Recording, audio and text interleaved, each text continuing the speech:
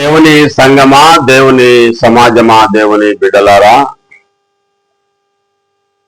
తేజోమయుడైన దేవుని కుమారుడైన యేసు క్రీస్తు తన సొంత రక్తం ఇచ్చి సంపాదించిన సంగమా, ఈ రోజున ఈ శుభ సమయాన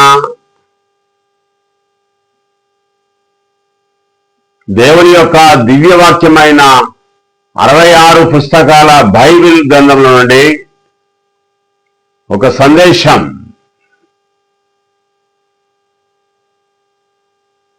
ఈ యొక్క కార్యక్రమము యూట్యూబ్, ఫేస్బుక్, వాట్సాప్, ఇన్స్టాగ్రామ్ ద్వారా వీక్షిస్తున్న ప్రేక్షక మహాశయులందరికీ తండ్రి అయిన దేవుని నుండి ఆయన కుమారుడైన మనందరికీ ప్రభు అయిన యేసు క్రీస్తు నుండి కృపా సమాధానములు మీకు కలుగునుగాక. ముఖ్యంగా ప్రభునందు మాకు అత్యంత ప్రియులైన దేవుని ప్రజలందరికీ ఈ ఉదయకాల శుభములు తెలియజేస్తున్నాను. అందరూ బాగున్నారా? మీరందరూ బాగుండాలని, మీరందరూ ఎల్లప్పుడూ దేవుని యందును ఆయన కుమారుడైన మన ప్రభు అయిన యేసు క్రీస్తునందును సంతోషించేవారిగా, ఆనందించేవారిగా ఉండాలని నా హృదయపూర్వకంగా, నా మనస్పూర్వకంగా ఆశిస్తున్నాను, విశ్వసిస్తున్నాను. ఈ యొక్క కార్యక్రమంలోనికి వెళ్లే ముందు ఒక చిన్న ప్రార్థనతో ఈ యొక్క కార్యక్రమాన్ని మనం మొదలు పెడదాం. మహాపరిశుద్ధుడైన మా ప్రియా పరలోకపు తండ్రి, నీ నామమునకు ఎనలేని స్తుతులు స్తోత్రములు చెల్లించుచున్నాను.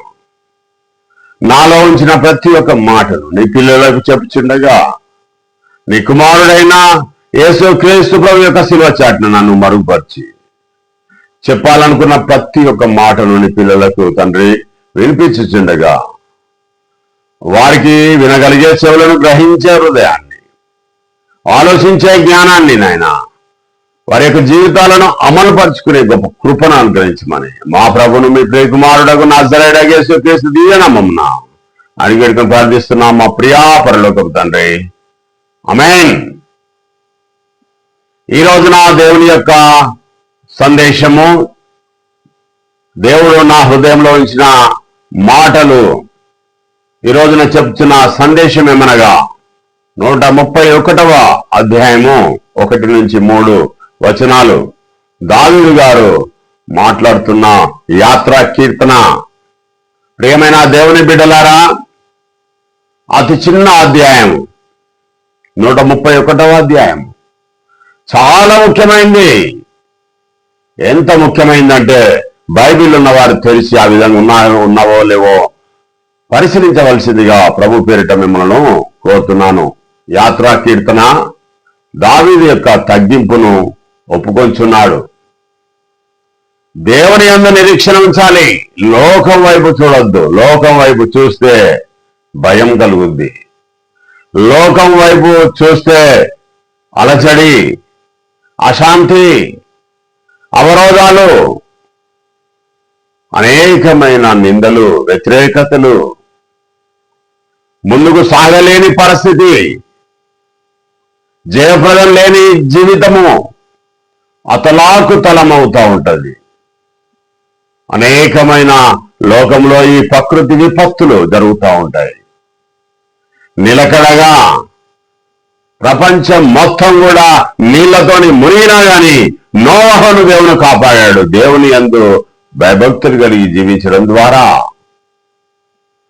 దావీదు కూడా దేవుని యందు భయభక్తులు కలిగి ఆయననే స్మరించుతూ ఉన్నాడు కనుక నా యొక్క ఎడమ ప్రక్క, నా కుడి ప్రక్క, ఇటు 1000 మంది పడ్డా, అటు 10,000 మంది కూలిన అపాయం నా యుద్ధకు రాదు అని ఒక బిడ్డ తల్లి ఒడిలో ఏ విధంగానైతే సంతోషంగా, ఆనందంగా, ఏ లేమి, ఏ కొరత, ఎలాంటి చీకు చింత లేకుండా ఒక తల్లి యొక్క ఒడిలో తన కుమారుడు గాని తన కుమార్తె గాని సంవత్సరం వయసు నుంచి 23 సంవత్సరాల వయసులో ఏ విధంగానైతే తన రొమ్మును ఆనుకొని, ఏ విధంగానైతే బిడ్డ ఏ విధంగానైతే సంతోషంగా తల్లి ఒడిలో ఉంటుందో, దావీదు కూడా పరలోకపు తండ్రి సర్వ సృష్టిని కలగజేసిన దేవుని యొక్క సన్నిధిని అనుభవించేవాడుగా ఆయన యొక్క పొందికలో ఉన్నాడు. ప్రియమైన దేవుని బిడ్డలారా, ఆయన చెప్పే మాటను మనం ఒకసారి పరిశీలన చేద్దాం. దావీదు ఎంత ఎంత ఆనందంతో ఉన్నాడు, ఎంత ధైర్యంగా ఉన్నాడు, ఎంత సాహసోపేతమైన పనులు చేశాడు. దేవుని ఎంత భయభక్తులు కలిగి దేవుణ్ణి కలిగి జీవించాడు ఈ లోకంలో. యాత్రా కీర్తన 131వ అధ్యాయం 1-3 వరకు ఉన్న వచనాలలో దావీదు యొక్క తగ్గింపు కనబడతా ఉంది. యేసుక్రీస్తు ప్రభు యొక్క తగ్గింపు కూడా అదే వంశం నుంచి వచ్చిన యేసుక్రీస్తు ప్రభు యొక్క తగ్గింపు కూడా కనబడుతుంది. ఈ రోజున మనము ఒక శుభ తరుణాన, శుభవేళ మనం నేర్చుకుంటున్న సందేశము పేరు ఏమిటంటే దావీదు యొక్క తగ్గింపు, దావీదు యొక్క ప్రార్థన. అలాగే తన అదే వంశం నుంచి వచ్చిన దావీదు వేరు చీగురు, దావీదు యొక్క కుమారుడైన యేసుక్రీస్తు ప్రభు తండ్రి అయిన దేవునికి ఏ విధంగా విధేయుడుగా ఉన్నాడు, యేసుక్రీస్తు ప్రభుల వారు దేవునికి ఏ విధంగా ప్రార్థన చేశాడు, యేసుక్రీస్తు ప్రభు తను తాను తగ్గించుకున్నాడు, ఏ విధంగా ఇతరులకు బోధించాడు. దావీదు ఏ విధంగా తను తాను తగ్గించుకొని సర్వశక్తి గల దేవుణ్ణి ఏ విధంగా నిరీక్షించాలి, ఏ విధంగా విశ్వాసం కలిగి ఉండాలి, ఏ విధంగా భయభక్తులు కలిగి ఉండాలి, దేవుని దగ్గర నుండి ఏ యొక్క మేలులు వస్తాయి అనే విషయాలను కూడా క్లుప్తంగా ఆయన అనుభవ జ్ఞానం చేత నేర్చుకొని ఇజ్రాయెల్ జనాంగానికి నేర్పిస్తున్నాడు. ప్రియమైన దేవుని బిడ్డలారా, దేవుని యందు భయభక్తులు కలిగి ఒకరినొకరు తగ్గించుకొని మీ జీవితంలో మీ హృదయంలో దేవుని ప్రతిష్ఠించుకొని నిరీక్షణ కలిగి జీవించాలని ఇజ్రాయేలీయులకు హితోపదేశం చేస్తున్నాడు దావీదు. ప్రియమైన దేవుని బిడ్డలారా, మనం కూడా దేవునిని ఎరిగిన వారము, దేవుని పిల్లలము, చీకట్లో నుంచి వెలుగులోనికి వచ్చిన వారము, సంఘంలో చేర్చబడిన వారము, రక్షణలో కొనసాగుతున్న వారము. నిరీక్షణ యేసుక్రీస్తు ప్రభు రెండవసారి వస్తాడు, దేవుని కుమారుడు. నీతిగల సింహాసనం మీద కూర్చొని రాజ్య పరిపాలన చేస్తాడు. ఆ రాజ్యంలో మనము సభ్యులము అని ఎవరైతే విశ్వసిస్తున్నారో వారందరూ కూడా, ఇంకా ఎవరైతే లోకంలో ఉన్నారో, ఎవరైతే తన బంధువర్గంలో ఇంకా ఎవరైతే క్రీస్తులోనికి రాని వారు ఉన్నారో వారికి ఆదర్శంగా జీవించాలి, వారికి ఒక వెలుగుగా జీవించాలి, ఒక మార్గదర్శిగా జీవించాలి. అదే విషయం దావీదు ఏ విధంగా అయితే బ్రతికాడో మనం కూడా ఆ విధంగా బ్రతకాలి. అపోస్తులు ప్రవక్తలు వేసిన పునాదుల మీద మనం కట్టబడి ఉండాలి. హితోపదేశం చేశాడు దావీదు గారు. అదే హితోపదేశమే 131వ అధ్యాయము 1-3 వరకు నా వచనాలు. గొర్రెల దొడ్డిలో నుండి దావీదు నుంచి పిలిచాడు దేవుడు. సింహాసనం మీద కూర్చోబెట్టాడు, రాజుగా, చక్రవర్తిగా. ఏనాడు కూడా గర్వించలేదు దావీదు గారు, ఏనాడు కూడా తన్ను తాను హెచ్చించుకోలేదు. ప్రతి సమయమందును కూడా దాదాపుగా రోజుకు 5 సార్లు ఆయనకు ప్రార్థన చేశాడు. ఆలయానికి వెళ్ళి ఎన్ని పనులున్నా, ఎంత భారమున్నా, ఎన్ని యుద్ధాలు జరిగినా రోజుకు 5 మార్లు ప్రార్థన చేశాడు.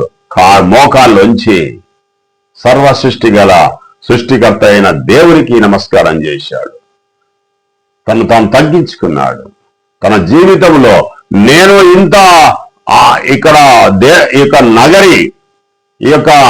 ఇంత పెద్ద నగరంలో నేను ఒక విలాసవంతమైన జీవితం జీవిస్తున్నాను కదా, దేవదారు మాలతో కట్టించిన ఈ యొక్క గోడలు కలిగిన ఇళ్లలో, బిల్డింగ్లలో నేను నివసిస్తున్నాను కదా, సర్వశక్తి గల దేవునికి మందిరం లేదు కదా,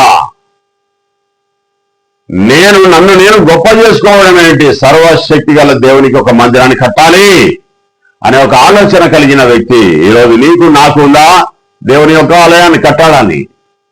దేవుని యొక్క ఆలయంలో దేవుని గణపరచాలి, స్తుతించాలి, మహిమపరచాలి అనే ఒక గొప్ప ఆశ మీకుందా? దేవుని యొక్క వాక్యాన్ని సర్వలోకానికి వెళ్ళి సర్వ సృష్టి సువార్తను ప్రకటించమని యేసుక్రీస్తు ప్రభువు చెప్పిన మాట ఆ విధంగా చేస్తున్నారా? ఎవరైతే సువార్తను ప్రకటించే వారికి సహకరిస్తున్నారా? మీరు పోకున్నా యుద్ధానికి పోయేవాడు ఎంత ముఖ్యుడో యుద్ధానికి పోయేవాడికి సహకరించేవాడు కూడా అంత గొప్పవాడు అనేది మీరు గుర్తుంచుకోవాల్సింది. ఒకవేళ మీరు సువార్త ప్రకటించకున్నా పర్వాలేదు, కానీ సువార్త ప్రకటించేవానికి అడ్డుపడితే శాపం. సువార్త ప్రకటించేవానికి ఎదురు పడితే శాపం. అవరోధాలు ఏర్పాటు చేస్తే శాపం. ప్రియమైన దేవుని బిడ్డలారా, సువార్త ప్రకటించేవాని పాదములు సుందరములైనవి. సువార్త ఎవరైతే ప్రకటిస్తున్నారో ఆ సువార్త ప్రకటించే వారికి సహాయం చేయాలి, అనుకూలంగా ఉండాలి, దేవునికి లోబడాలి, దేవుని యొక్క వాక్యానికి లోబడాలి. సువార్త ప్రకటించేవాడు వానికి అవసరమైన సహాయం చేయాలి. ఎంతో ప్రయాసపడి తన సమయాన్ని తన యొక్క పనులన్నింటినీ కూడా పక్కకు పెట్టుకొని దేవుని పని చేస్తున్నాడు కనుక సహాయం చేస్తే మీకు చాలా మంచిది.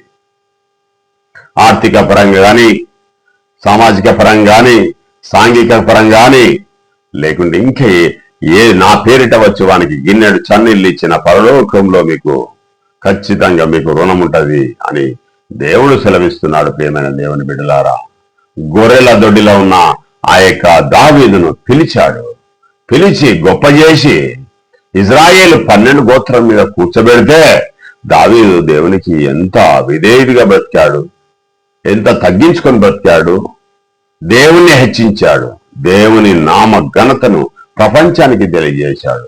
2000 3,000 సంవత్సరాలు అవుతున్నా కానీ ఇప్పుడు దావీదు గురించి మనం మాట్లాడుకుంటున్నామంటే ఆయన ఎంత గొప్ప వ్యక్తిత్వం కలిగిన వ్యక్తి. ప్రియమైన దేవుని బిడ్డలారా, నీవు నేను అంతా దేవుని భయభక్తులు కలిగి దావీదు వాళ్ళే ఉంటావా? తన ఇల్లంతట్లో నమ్మకంగా ఉంటావా? ఈనాడు ఆ విధంగా లేరు క్రైస్తవులు. ఈనాడు దేవుని భక్తులు ఆ విధంగా లేరు. డబ్బుకు లొంగుతా ఉన్నారు, అధికారాలకు లొంగిపోతా ఉన్నారు. ప్రియమైన దేవుని బిడ్డలారా, ఇది సరైనది కాదు. దేవుని అందు విశ్వాసం ఉంచాలి, అనేకులకు మార్గదర్శకంగా జీవించాలి అని దావీదు గారు చెప్తా ఉన్నాడు. గర్విష్ఠిగా ఉండొద్దు, కోపం ఉండొద్దు, సహనం కలిగి జీవించాలి, శాంతం కలిగి జీవించాలి. దేవుని యొక్క ఉన్నత స్థితిని దేవుని చేత హెచ్చించబడాలి. నేను నా హృదయంలో దేవుణ్ణి ప్రతిష్ఠించుకున్నాను, నా ప్రాణము మౌనంగా ఉన్నది, నేను నెమ్మదిగా ఉన్నాను. ఒక సరస్సు ఏ విధంగానైతే ప్రశాంతంగా ఉంటుందో దావీదు యొక్క హృదయం కూడా ప్రశాంతంగా మౌనంగా ఉన్నది. ఆయన నా ప్రాణమా యెహోవాను సన్నిధించుము, నా అంతరంగంలో ఉన్న సమస్తమా ఆయన పరిశుద్ధ నామమును సన్నిధించుమని దావీదు తన ప్రాణంతో చెప్తా ఉన్నాడు. ఈ రోజులలో ఏముంది అనంటే సుఖభోగాల వైపు పరుగులెడతా ఉన్నారు ఈనాడు దైవజనులు. లేనిది ఆశపడతా ఉన్నారు. దావీదు ఆ విధంగా ఆశపడట్లేదు లేని దాని గురించి. ఎందుకు? సర్వశక్తి గల దేవుని యొక్క నీడలో ఉంటే ఏం కావాలనో దేవుడు ఇవ్వడు ఆ సమయానికి. నీకేం కావాలనో నాకు తెలుసు కదా అని దేవుడు మాట్లాడుతా ఉన్నాడు.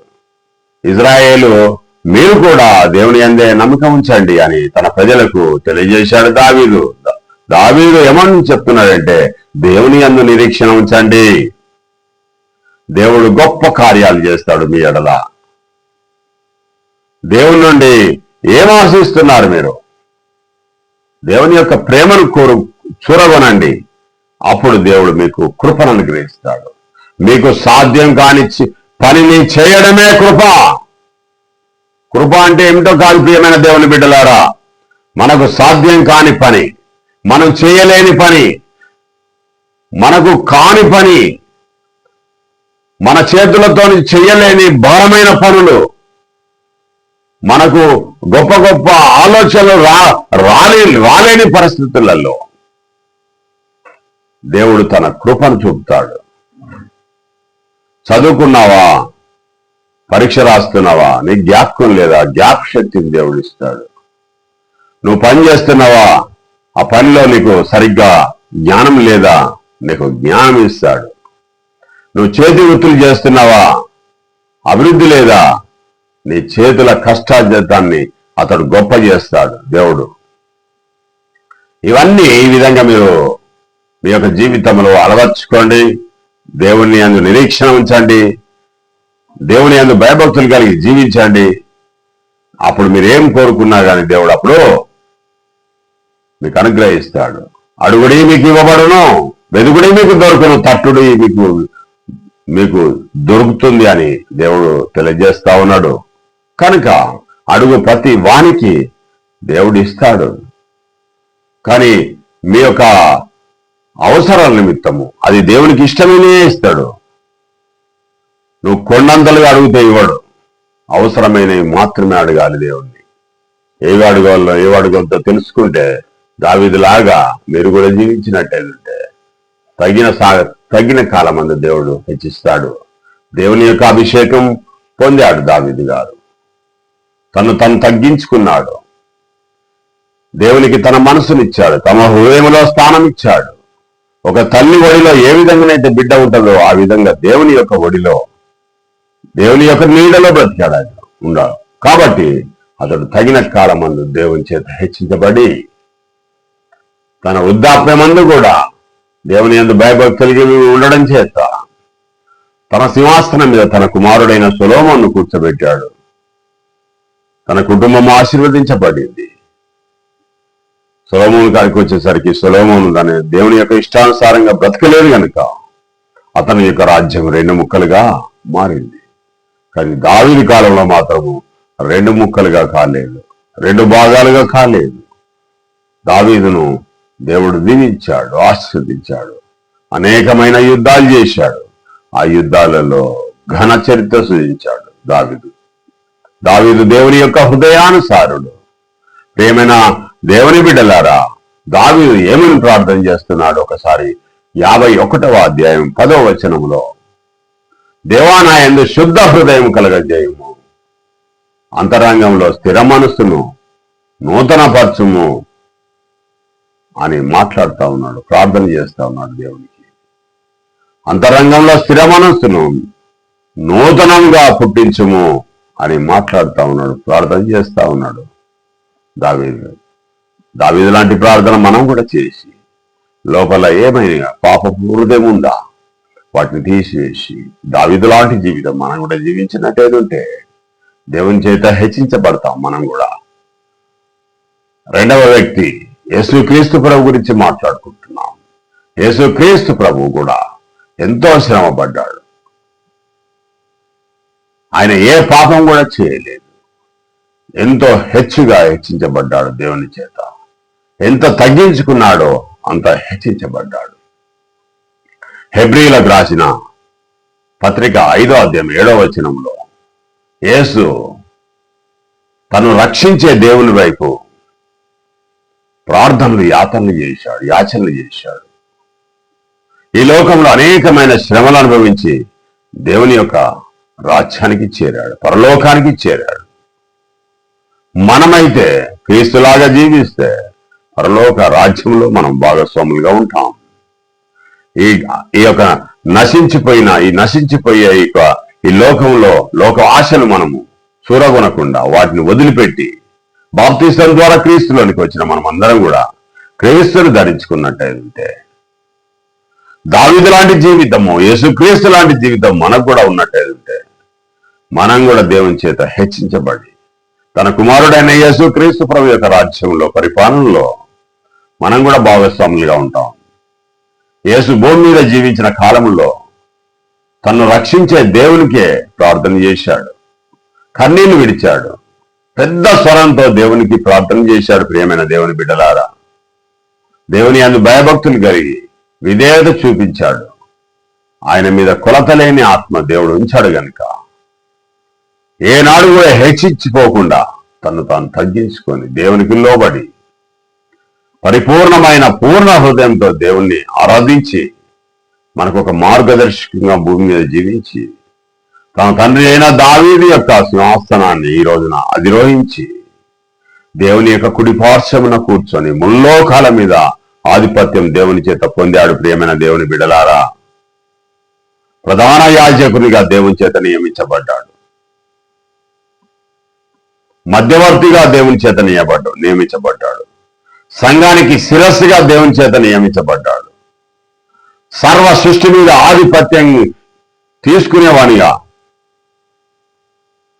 నిత్య జీవానికి అధిపతిగా దేవుడు ఆయనను నియమించాడు. ఎందుకు నియమించాడు ఆ విధంగా?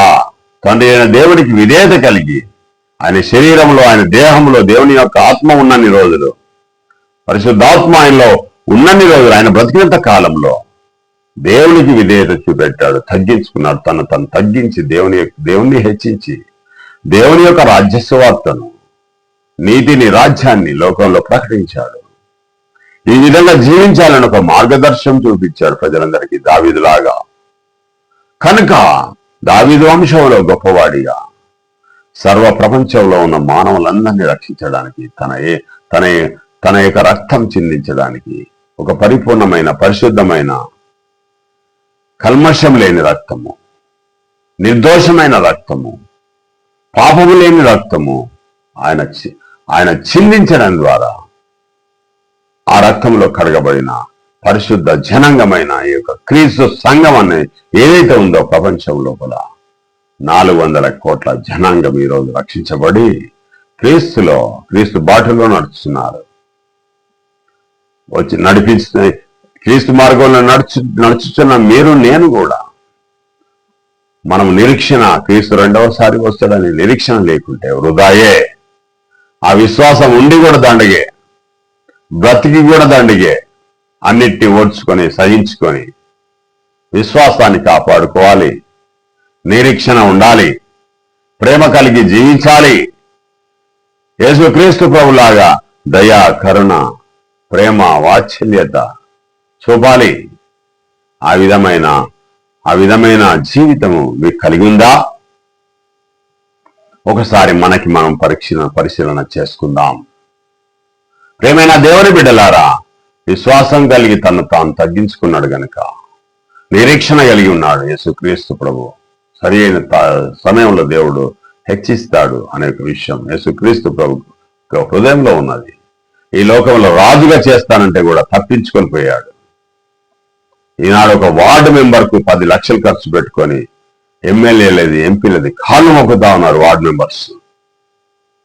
యేసుక్రీస్తు ప్రభు అయితే రాజుగా పట్టాభిషేకం చేస్తానని అంటే కూడా తప్పించుకొని వెళ్ళాడు. ఈ లోకంలో అధికారాలు, ఈ లోకంలో డబ్బు, ఈ లోకంలో అధికారం ఏది కూడా అశాశ్వతం.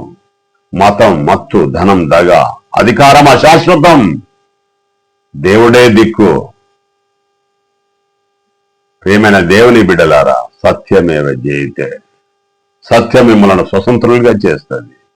యేసుక్రీస్తు ప్రభు ఏమంట, 12 మంది శిష్యులు ఉన్నా గాని ఆయన సత్యాన్ని నమ్ముకోవడం ద్వారా ఒక్కడిగానే మిగిలాడు. ఆ చనిపోయే నాటికి కూడా అతను ఒక్కడే ఉన్నాడు అక్కడ. తన ప్రియ శిష్యుడైన యోహాను మాత్రం అక్కడ ఉన్నాడు. ఎందుకున్నాడు అని అంటే తన తల్లిని అప్పచెప్పాలి కదా. ఆయన హృదయంలో దేవుడు ఒక ప్రేరేపణను రేకెత్తించాడు కనుక అతడు అక్కడ ఉన్నాడు.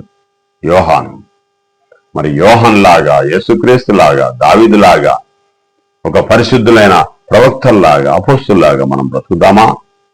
అపోస్తులను, ప్రవక్తలు వేసిన పునాదుల మీద మనం కట్టబడుచున్నామా?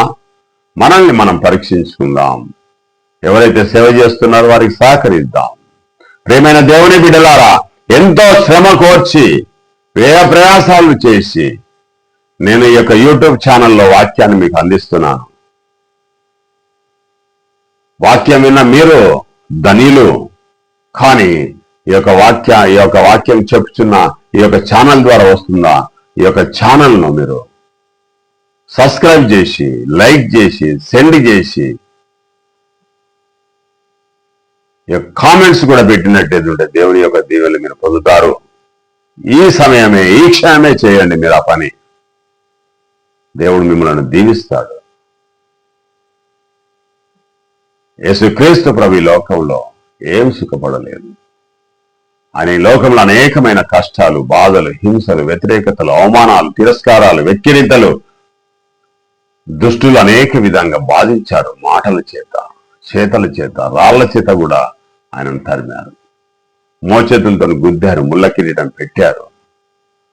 ఆయన మీద ఉన్న షర్ట్ను, ఆయన మీద ఉన్న నిలుటంగిని తీసి ముక్కలు ముక్కలుగా చేసి పంచుకున్నారు. మోచేతులతో గుద్దారు, హేళన చేశారు, నవ్వారు, ఉమ్మేశారు. నువ్వు దేవుని కుమారుడు అయితే దిగి మమ్మలను కూడా రక్షించని పక్కకున్న దొంగ మాట్లాడాడు. నువ్వు దేవుని కుమారుడు అయితే నువ్వు దిగిరా అని ఎన్నో హేళనకరమైన మాటలు మాట్లాడారు. ఆయన సహించాడు, ఓర్చాడు, వారి గురించే ప్రార్థన చేశాడు. వారేం చేస్తున్నారు వారు ఎరగని కనుక వారిని క్షమించుమని దేవునికి ప్రార్థన చేశారు. ఆ శిలువ మీద కూడా. ప్రియమైన దేవుని బిడ్డలారా, స్టెఫెన్ కూడా ఆ విధంగానే చేశాడు. రాళ్లతో కొడతా ఉంటే కూడా వారి తరపున ప్రార్థన చేశాడు. మరి నీకు నాకు అంత ధైర్యం ఉందా? అంత విశ్వాసం ఉందా? అంత ఓపిక ఉందా? అంత సహనం ఉందా? దేవుడు ఓదార్పిస్తాడు నీకు అలాంటి గుణం ఉంటే. దేవుడు నీకు యేసుక్రీస్తు ప్రభువును ఈ గిన్నె నా ఇద్దరి నుంచి తొలగించము ప్రభువా అని దేవుణ్ణి ప్రాధేయపడినప్పుడు ఆయన శరీరం సహకరించకపోవడం ద్వారా దేవదూతలు వచ్చి అతనికి సహకారం అందించాయి. ప్రియమైన దేవుని బిడ్డలారా, యేసుక్రీస్తు ప్రభువును దేవుని కుమారుడిగా మాత్రమే చూడాలి. దేవుడిగా కాదు, దేవుని కుమారుడిగా చూస్తేనే నీకు నిత్య జీవం, లేకుంటే నరకమే. యేసుక్రీస్తు ప్రభు దేవుని స్థానము వేరు, యేసుక్రీస్తు స్థానము వేరు. యేసుక్రీస్తు ప్రభు స్థానం కంటే నాకంటే గొప్పవాడు అని పరలోకంలో ఉన్న దేవుని గురించి యేసుక్రీస్తు ప్రభు చెప్పాడు. ఎలా సమానుడు అవుతాడు? దేవునితో సమానుడు కాదు. ప్రియమైన దేవుని బిడ్డలారా, ఫిలిప్పీ 2:6 తప్పుగా భావించుకుంటున్నారు. దేవునితో సమానుడు కాదు. దేవుడు గొప్పవాడు. తన్ను రక్షించే దేవుని వైపు ప్రార్థన చేశాడు. యేసుక్రీస్తు ప్రభు దేవుని చేత హెచ్చించబడి సర్వలోకాల మీద ఆధిపత్యం దేవుడు ఇచ్చి తన కుడిపార్శ్వమును కూర్చుని పెట్టుకున్నాడు. ఒకవేళ నువ్వు యేసుక్రీస్తు ప్రభును దేవుని స్థానంలో పెడతావా, అదో గతిపాలై నరకంలోకి పోతావు. సమానమైన హక్కు లేదు దేవుడు యేసుక్రీస్తు ప్రభుకు. దేవుడు ఆయనకు అధికారం ఇచ్చాడు సమస్తం మీద. అధికారం ఇచ్చినవాడు గొప్పవాడా, అధికారం తీసుకున్నవాడు గొప్పవాడా? ఒకవేళ యేసుక్రీస్తే ప్రభువా దేవుని స్థానంలో కూర్చోవాలంటే దేవుడు చనిపోవాలి. మరి దేవుడు చనిపోతాడా? ఈ సర్వ సృష్టిని, సర్వ ప్రకృతిని తన మాట చేత కలగజేసిన దేవుడు ఈ ప్రకృతిలోకి వచ్చి పుట్టవలసిన అవసరం ఉంటుందా? ఆయన స్థానంలో యేసుక్రీస్తు ప్రభు కూర్చోవాలంటే ఆ తండ్రి అయిన దేవుడు చనిపోతే ఆ స్థానంలో కూర్చోగలుగుతాడు. ఎలా ఆలోచన చేసుకుంటున్నారు? యేసుక్రీస్తు ప్రభు భూలోకంలో ఉన్నప్పుడు ఆయన దేవునికి ప్రార్థన చేశాడు. అంటే ఈయన యెహోవా అయితే, యేసే యెహోవా అయితే మరి అక్కడ ఎవరున్నారు? ఈ ప్రశ్నలకు జవాబులు మీ దగ్గర ఉండవు. సర్వ సృష్టిని కలిగజేసిన, సర్వ ప్రకృతిని కలిగజేసిన, ఉన్నవాడు, అనువాడు, ఉండుననువాడు యెహోవా మాత్రమే. ఆయన మాత్రమే దేవుడు. ఆయన స్థానంలో ఎవరిని పెట్టకూడదు. 6వ అధ్యాయం 16వ వచనం తిమోతి రాసిన పత్రికలో ఆయన సమీపింపరాని తేజస్సులో ఆయన మాత్రమే వసించచ్చు. అమరత్వం కలిగిన వాడు. దేవునికి చావు పుట్టుకలు లేవు. దేవునికి మాంసం, శరీరం అనేటివి ఉండవు. మానవులకు మాత్రమే ఉంటాయి. యేసుక్రీస్తు ప్రభు నీకు, నాకు, దేవునికి మధ్యవర్తి. ఆ విధంగా అర్థం చేసుకున్నట్టయితే మీకు నిత్య జీవం, లేకుంటే నరకమే. పిచ్చి పిచ్చి బోధలు వస్తా ఉన్నాయి. ఏ బోధలు నమ్మకండి. తండ్రి అయిన దేవుడు యేసుక్రీస్తును హెచ్చించాడు. తండ్రి అయిన దేవుడు ప్రతి ప్రవక్తలను కూడా హెచ్చించాడు. వారికి తోడుగా ఉన్నాడు. వారి ద్వారా గొప్ప గొప్ప పనులు చేశాడు. అద్భుత కార్యాలు, సూచక్రియ, మహత్ కార్యాలు. నీవు కూడా ఖచ్చితంగా యేసుక్రీస్తు మాటలను విని దేవుని యందు భయభక్తులు కలిగి జీవించినట్టయితే దేవుని కుమారుడిగా నీకు అవకాశం ఉంటుంది. క్రీస్తుకి ఇచ్చిన అవకాశం నీకు కూడా వచ్చుద్ది ఆయన రాజ్యంలో. యేసుక్రీస్తు ప్రభు చెప్పాడు కదా, మేము మా వలలు వదిలిపెట్టుకొని వచ్చాం, మా ఊరిని వదిలిపెట్టుకొని వచ్చాం, మా దేశాన్ని వదిలిపెట్టుకొని వచ్చాం, మా పిల్లలను, మా భార్యలను, మా వలలను, సమస్తాన్ని, ఆస్తులను, అధికారాన్ని అన్నింటిని వదిలిపెట్టుకొని వచ్చాం.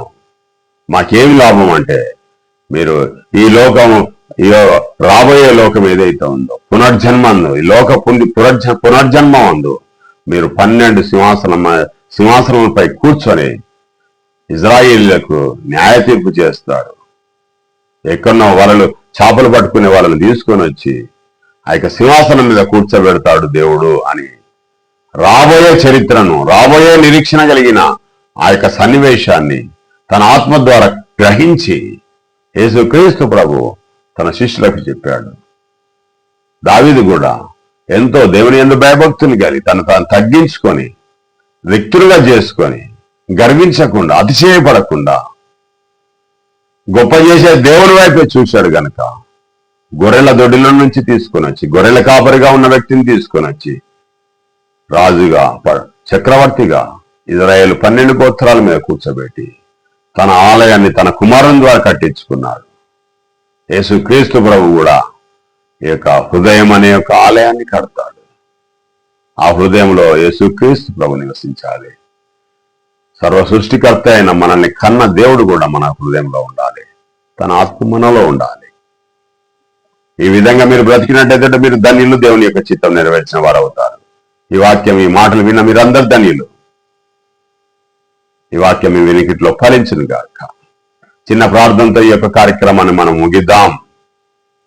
మహాపరిశుద్ధుడైన మా ప్రియా పరలోకపు తండ్రి, నీ నామమునకు ఎనలేని స్తుతులు స్తోత్రములు చెల్లించున్నాను. చెప్పాలనుకున్న నాలో ఉంచిన ప్రతి మాటను మీ పిల్లలకు నేర్పించారు. వాటి ద్వారా పిల్లలు తండ్రి అభివృద్ధిలోనికి వచ్చి నిన్ను ఎరిగిన వారు కనుక తండ్రి భయభక్తులు కలిగి జీవించి వారి విశ్వాసాన్ని కాపాడుకుంటూ ఒక దావీదు వలె, యేసుక్రీస్తు వలె, స్టెఫెన్ లాగా ఈ లోకంలో జీవించినంత కాలం, దేహంలో జీవించినంత కాలం తండ్రి మాది ఈ లోకం శాశ్వతమైనది కాదు, మాకు పరలోక రాజ్యం ఉంది. నీ యొక్క హస్తం చేత తయారు చేయబడిన రాజ్యం ఉన్న రాజ్యంలో కోసం నిరీక్షణ కలిగిన పట్టణం కొరకు ఎదురు చూసి భయభక్తులు కలిగి జీవించి నీ సేవలో కరిగే వ్యక్తులుగా ఉండలాగున వారి యొక్క అవయవాలన్నింటినీ కూడా దుర్నీతి సాధనలుగా వాడుకోకుండా నీ సేవకు సమర్పించుకొని నీ భయభక్తులు కలిగి లోకంలో జీవించి నీ కృపను పొందేలాగున సాయం చేయమని మా ప్రభువును మీ ప్రియకుమారుడు నజరేయుడైన యేసుక్రీస్తు దివ్యనామమున అడివేడుకలు ప్రార్థిస్తున్నాం మా ప్రియా పరలోకపు తండ్రి. ఆమేన్. తండ్రి అయిన దేవుని యొక్క ప్రేమ, కుమారుడైన యేసుక్రీస్తు ప్రభు యొక్క కృప, పరిశుద్ధాత్మ యొక్క నిన్న సవాసం విన్న మీ అందరి మీదను, చెప్పిన నా మీదను, నా కుటుంబం మీదను, అందరి పరిశుద్ధులందరి మీదను, ప్రపంచంలో ఉన్న క్రీస్తు యొక్క సహచరులందరికీ ఉండునుగాక. ఆమేన్.